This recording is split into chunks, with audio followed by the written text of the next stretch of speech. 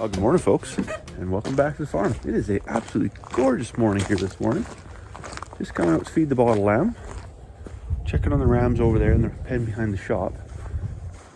Last night, I tell you, what an adventure it was. So, if you watched yesterday's video, you know we went to Blooms and got 2 bags of grain. We offloaded them into the grain shed over there. Now, the sound that makes while I'm unloading it is essentially the same as somebody shaking a pail of grain for 20 minutes straight.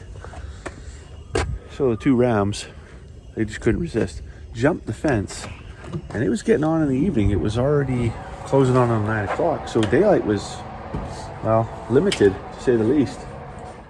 And so there we were, running around the yard, trying to fetch up 2 rams who wanted nothing to do with grain because, well, they licked up a whole pile of it beside the grain shed. And then they saw some ladies across the yard.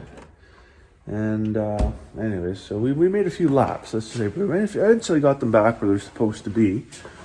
And now I'm going to mix up some milk for old Cupcake there. Milk replacer didn't actually come with a scoop, but I had this scoop from before, and I'm trying to scoop milk into this tiny little bottle, or milk powder.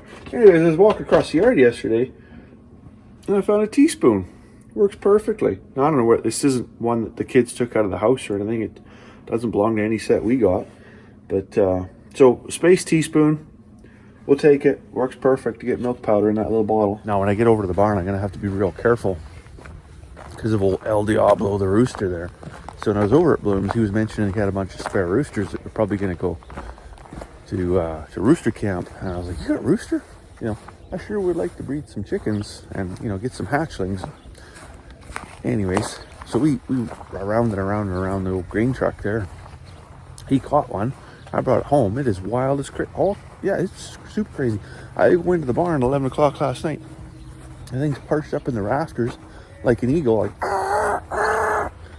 Jesus, don't come flying down on my head and attack me. The talons and the beak, you know. Anyway, so I'm going to open the big barn door here today. Hopefully it gets out of the barn. It goes over to the chicken house and it can just live over there instead of just taunting me from the top of the barn here. Morning, ladies. Where is that rooster? Oh boy.